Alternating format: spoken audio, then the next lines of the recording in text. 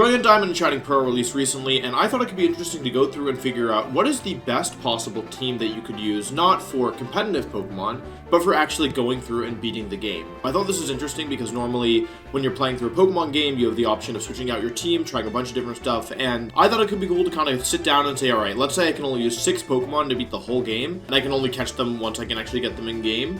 What are the best 6 Pokemon to do that with? So this is all theory based, I didn't actually do this myself, but if you want to try it out, I'd definitely be interested in hearing how it went. So first of all, the first choice you have to make is your starter. If we're only going to use 6 Pokemon to beat the game, one of them has to be your starter Pokemon because we only want to use 6 total. So in my opinion, it makes the most sense to use Infernape as a starter. We'll talk a little bit more about this as we go through the video. We're going to talk about the major gyms and Elite Four, and that'll be our main criteria for deciding which starter is best. But in my opinion, Chimchar Infernape is the best one. This is mostly because fire types are really hard to come by in Sinnoh. There's just not that many of them. It's like Rapidash, maybe Houndoom, Infernape, but they're very difficult to come by, and so getting a good one early, especially one that is dual type with a fighting type, is quite valuable in my opinion. In order to beat the first gym, all you really have to do in my opinion is make sure your Chimchar evolves into Monferno and teach it Power Up Punch, which it learns via evolution. With just that, you should be able to sweep through the first gym without too much trouble. And the second gym is Grass type. So the second gym leader, you are going up against Gardenia, and her team is Cherubi, Turtwig, and Roserade, all of which should lose to Monferno. You can even Power Up Punch a couple times if you feel so inclined. But yeah, with pretty much just Infernape or Monferno,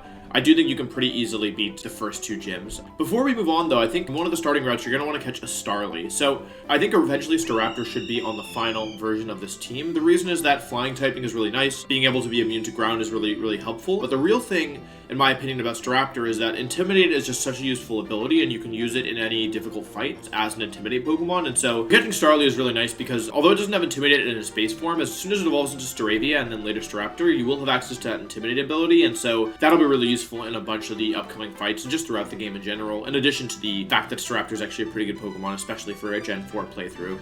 Before we move on to the third gem, we're definitely going to want to catch a Roselia. Roserade, I think, is one of the better grass types in the game. It's relatively fast for Gen 4, it has a dual typing with Poison type, and so it's useful in a variety of different situations, and it's overall just a pretty decent grass type for the game. So yeah, I think Roselia will be pretty useful. It's not explicitly useful in the third gym leader against Maylene, who's a fighting type gym leader, but with both Infernape and Staraptor, we probably don't need any additional Pokemon to beat this gym, and it will come in handy in the future. So as I just alluded to, the third gym is fighting type. Staravia and Staraptor should do really well here. Staravia or Staraptor, I guess it depends on how much you've grinded. You're probably Staravia at this point. You can use Intimidate to weaken down all the fighting types, and then her team consists of Meta-type, Machoke, and Lucario. What's interesting about this is that although you only have Staravia, and that's normally not enough to beat 3 Pokemon despite a type advantage, you can use Infernape for Lucario, and with the additional benefit of Intimidate from Staraptor, I think this gym should be pretty breezy, no problem. You also have Roserade as a backup for Machoke. That way you can save your Monferno for Lucario as the ace.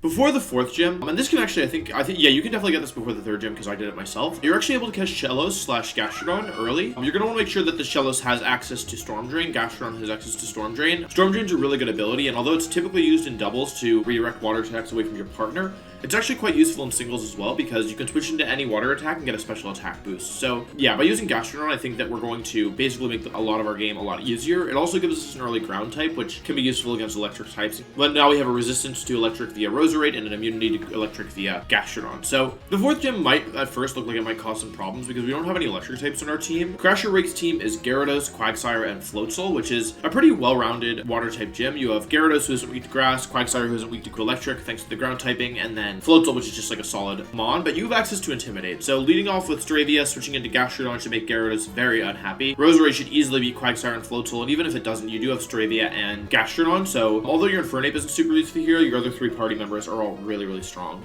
At this point, I think that these 4 Pokemon are enough to beat all of the gym badges, depending on levels and stuff, but I think that these 4 Pokemon should give you the tools, so I'm going to say that these last 2, and the 5th more than the 6th, but the 5th Pokemon I think is flexible, and the 6th Pokemon is extremely flexible, which we'll get to in a bit, but for the 5th slot, I do recommend Spiritomb, and that's just because it's really hard to get good Dark types in this game. Fantina is the 5th gym leader, and she has a team that is Ghost Pokemon. It is Drifblim, Gengar, and Mismagius, and although we have Staravia, who is immune to Ghost type attacks, that's maybe not enough to solo the gym on its own. You do have some other Pokemon that are useful. I mean, Gastrodon's still good here, Infernape is still good here. Roserade doesn't do great here, to be honest, but I do recommend for this gym battle and for a couple other fights in the future, catching a Spiritomb. Spiritomb is really nice typing for this gym, and although it's not a great Pokemon overall, it's actually really nice to have a Ghost type that isn't weak to Ghost, and getting a Dark type in your party will be helpful as well. So I do recommend catching a Spiritomb for this fight, though really at this point you can use whichever last 2 Pokemon you desire, in my opinion, but for this one, I do recommend Spiritomb just because I think it will make this fight easier, and a couple other fights in the future easier as well. The 6th fight is Byron, which in my opinion is pretty much a joke. I mean, you have Intimidate with Staraptor, but you also have both Infernape and Gastrodon. Byron's team is a Steel-type gym, and it has some trouble with the Pokemon that we've added so far. So he leads off with Bronzor, not Bronzong, which you should be able to deal with kind of whatever you want. And then the remaining 2 Pokemon are Steelix and Bastiodon, both of whom have a really hard time dealing with Gastrodon, let alone Infernape. So I think that this battle should be pretty much a walk in the park with Infernape and Gastrodon. The 7th gym is Candice, which... no comment there, but her team is an Ice-type team. However, it's an Ice-type team that has 3 Pokemon that are 4 times weak to Infernape, in Snover, Sneasel, and Abomasnow, with the last Pokemon being Medicham, which I don't totally understand, but whatever, yeah.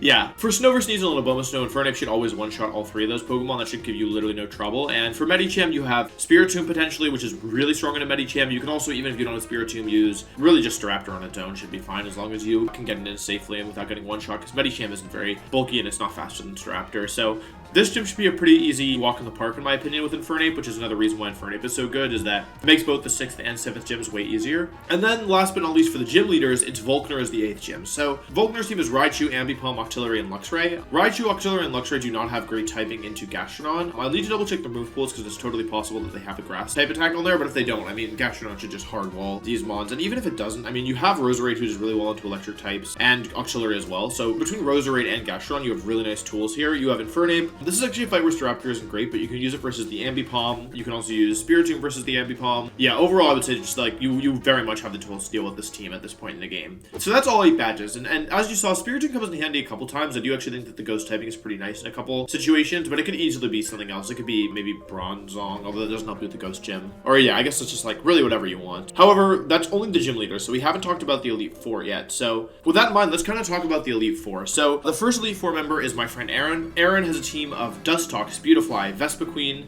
Heracross, and Drapion. Now, you probably can guess what I'm going to say, which is that both Infernape and Staraptor do extremely well here. The only Pokemon that resist either Infernape or Staraptor, or, yeah, I mean, Infernape and Staraptor hit 4 of these 5 Pokemon for super effective damage, so that should give you a pretty big advantage in my opinion. The only Pokemon that can resist those types is Drapion, who isn't a great Pokemon on its own, and you also have Gastrodon and potentially even Spiritomb to deal with that as well. So, yeah, between Gastrodon, Infernape, and Staraptor, Aaron should be a pretty easy walk in the park in my opinion. Next up is Bertha. So Bertha's team is Quagsire, Sudowoodo, Golem, Whiscash, and Hippowdon. So that is 5 grass weaknesses out of 5. 3 of them are 4 times grass weaknesses. So yeah, Roserade should really go to town here. This is the value of having a fast grass type. Once you get rid of Quagsire, you can click Scald without Mercy as well from your Gastrodon. Even in Infernape's close combat, it hits 2 of the Pokemon for super effective, so that's not bad. Yeah, so you shouldn't even really need Staraptor, but it's also nice. I mean, Staraptor's flying type, making it immune to ground is useful for Whiscash, Hippowdon, Quagsire, and getting an Intimidate down could be really useful as well. So yeah, but really all you need here is Roserade / maybe Gastrodon. That should be enough to beat this whole gym leader. Next up is Flint. So Flint is interesting in that they are a fire type gym leader, but it's interesting because they only have 2 fire types. So they have Rapidash, Steelix, Drifblim, Lopunny, and Infernape. Now, Rapidash and Infernape should both get really kind of rolled by Gastrodon, although Infernape is actually quite strong. So in this fight, this is like another reason why I think Spiritomb is really good in this kind of run, is that you can use Gastrodon easily to beat Rapidash, you can use Gastrodon to beat Steelix, but the other 3 Pokemon being Drifblim, Lopunny, and Infernape are a little bit spooky, and so I think just having Spiritomb to beat the Infernape and to do damage super effective to the Drifblim, to be able to switch in on Lopunny's Hydro Kick and Fire Punch, I do think that Spiritomb is really good as a 5th Pokemon here. Next up is Lucian. So Lucian's team is Psychic type. So it's Mr. Mime, Girafarig, Medicham, Alakazam, and Bronzong. This one's actually a bit tricky, and so I would maybe consider using... I think maybe Spiritomb is less negotiable than I realized if you're trying to do this like with as easy as possible. So yeah, Spiritomb in this fight is actually really good. It's great into Mr. Mime. It's really strong into the Alakazam, who only has Shockwave to hit it. Yeah, for the Bronzong, I mean, it has Levitate, so you can use Infernape. You can also use Gastrodon because it doesn't take that much damage from its attacks. I think Gastrodon's also pretty decent into Girafarig. It can be used versus Medicham, but 2 of the Pokemon on this team are Psychic weak, Infernape and the Roserade, so this fight is definitely a little bit tricky and you want to be careful here. I would definitely recommend using Spiritomb and Staraptor to really kind of go to town on a lot of these mons, and Gastrodon as well, just as like a solid outbulk an opponent in this fight. So that is the last technical Elite Four member, which then leaves only the champion, which is Cynthia. So Cynthia's team is definitely scary. Her team is Spiritomb, Roserade, Gastrodon, Lucario, Milotic, and Garchomp. So you do have the tools to deal with this, except for the Garchomp, which is a little bit spooky. You have Staraptor, you have a couple other things, but maybe if your Gastrodon has an ice move, though it is as Yashi Berry, but probably consider using a 6 Pokemon like Weavile here, which will just make the last 2 fights way easier. You can also use Garchomp as well if you want to gamble against her Garchomp or take advantage of Intimidate, but